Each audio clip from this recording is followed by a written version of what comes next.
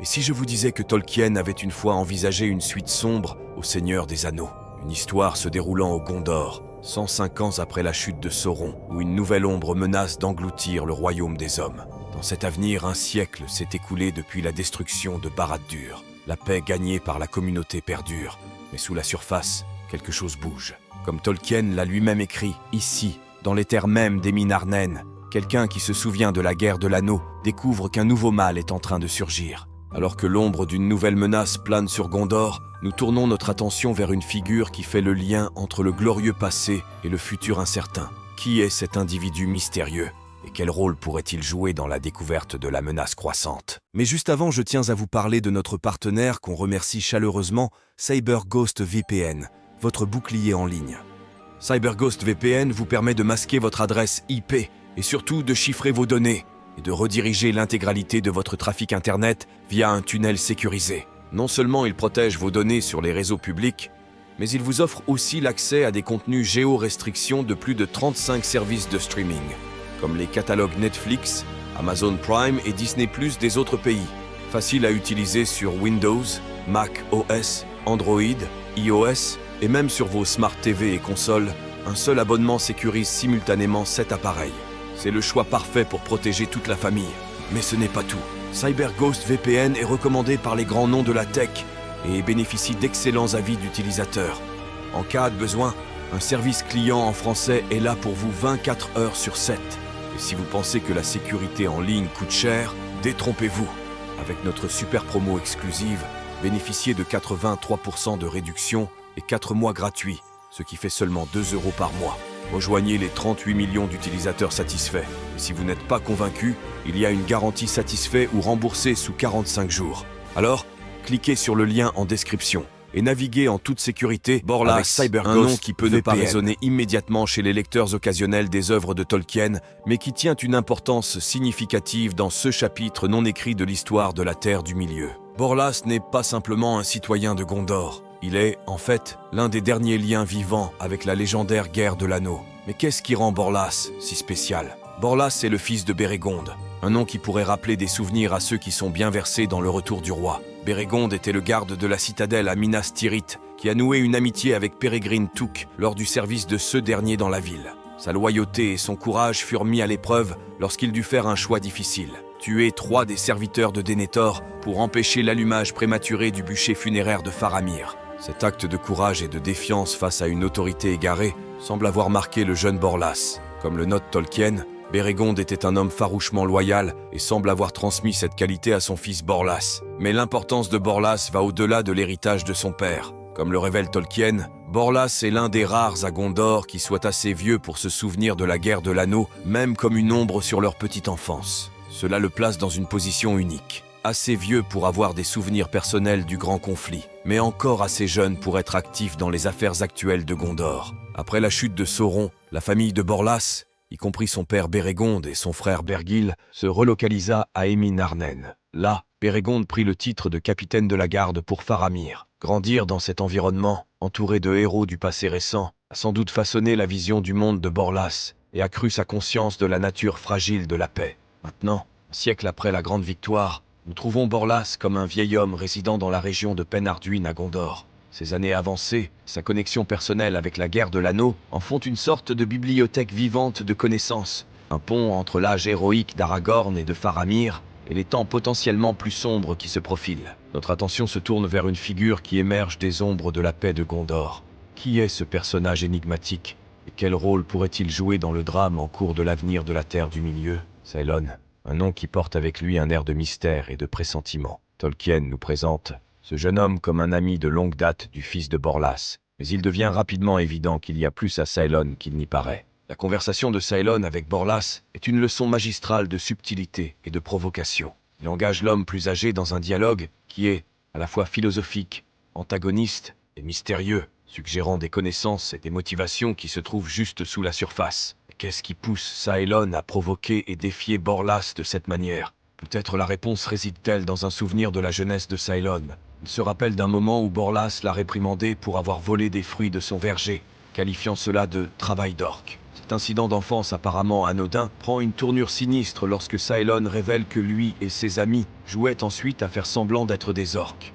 Plus troublant encore, il admet avoir envisagé un acte plus sombre. Emmener ses amis dans le verger de Borlas et abattre ses arbres. Que Borlas pense que les orques étaient réellement revenus.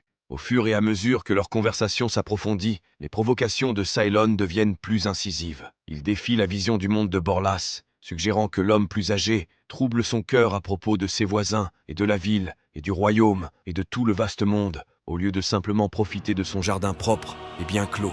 Dans un moment de révélation, Cylon confronte Borlas avec un nom qui semble porter une grande importance.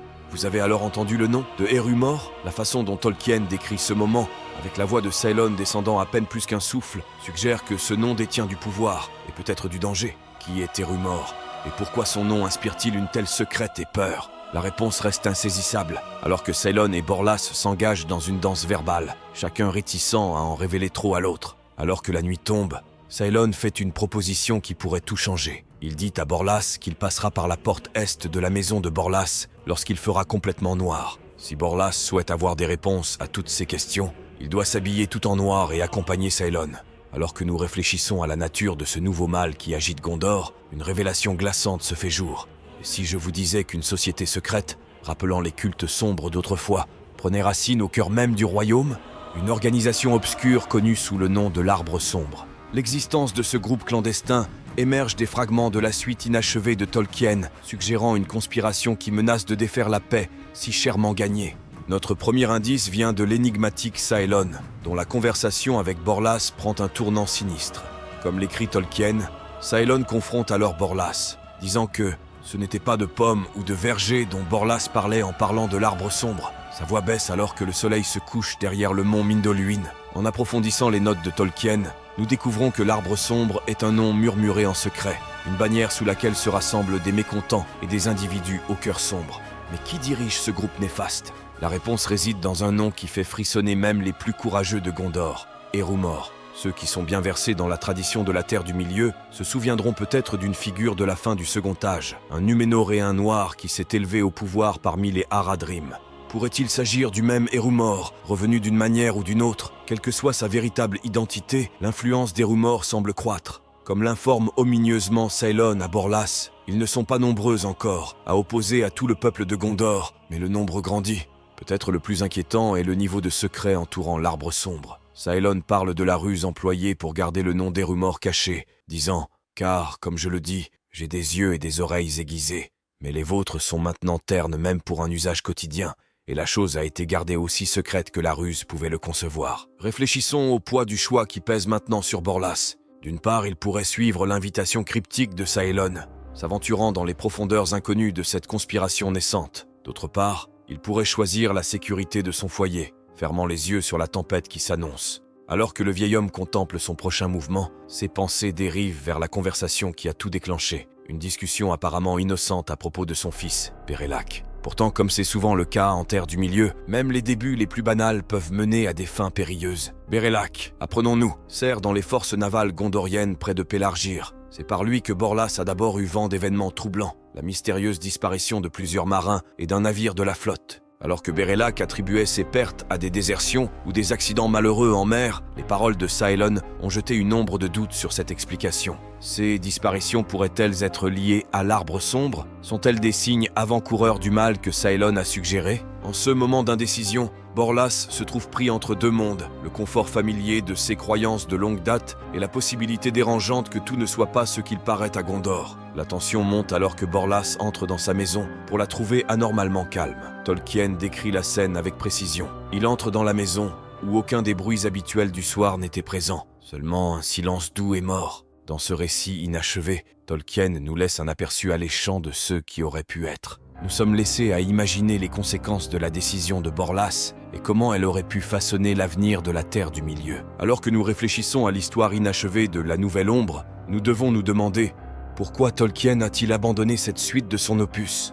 La réponse semble résider dans la compréhension profonde de l'auteur du storytelling et dans son profond respect pour le monde qu'il avait créé. Tolkien, dans sa sagesse, a reconnu que le grand récit du Seigneur des Anneaux avait atteint sa conclusion naturelle. Il a reconnu que la grande paix du règne d'Aragorn aurait peu de grandes histoires à raconter, car il n'y aurait pas de grand mal auquel Aragorn et son peuple auraient à faire face. Mais peut-être y a-t-il plus dans la décision de Tolkien que de simples considérations narratives. À travers le dialogue entre Borlas et Saelon, Tolkien exprime une vérité sobre. Le mal surgira toujours si la complaisance des hommes le permet. Cette réflexion suggère que Tolkien comprenait la nature cyclique du conflit et le potentiel toujours présent pour que l'obscurité réémerge. Pourtant, malgré cette reconnaissance de la persistance du mal, Tolkien a choisi de ne pas poursuivre une histoire de conflit renouvelé. La réponse pourrait résider dans son désir de préserver la victoire durement gagnée de la guerre de l'anneau. Tolkien a exprimé que écrire une suite qui introduisait un nouveau grand mal serait déprimant après la victoire significative et édifiante sur Sauron. De plus, la décision de Tolkien parle d'une position philosophique plus profonde. Il croyait que le mal ne pouvait être totalement éradiqué du monde, car il est marqué par la discorde de Melkor. Cela s'aligne avec sa vision plus large que la lutte entre le bien et le mal est un processus continu et cyclique. Christopher Tolkien, réfléchissant au choix de son père, a partagé que, bien qu'un thriller d'une histoire se déroulant dans cette période, écrit par J.R.R. Tolkien, aurait été exceptionnel, la structure et la fin de l'histoire originale étaient mieux laissées intactes.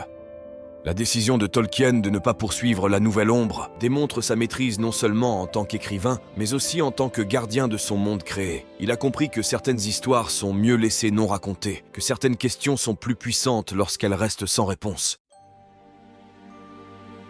N'oubliez pas de cliquer sur le lien dans la description pour obtenir la réduction exceptionnelle CyberGhost VPN accordée aux abonnés de la chaîne. L'application protégera vos données pendant que vous naviguez et vous donnera un accès complet à tout le contenu bloqué sur Internet pour 2,03 € partagez vos avis dans les commentaires. J'apprécie toujours d'entendre vos idées et perspectives. Si vous avez apprécié cette vidéo, celle-ci pourrait vous plaire également.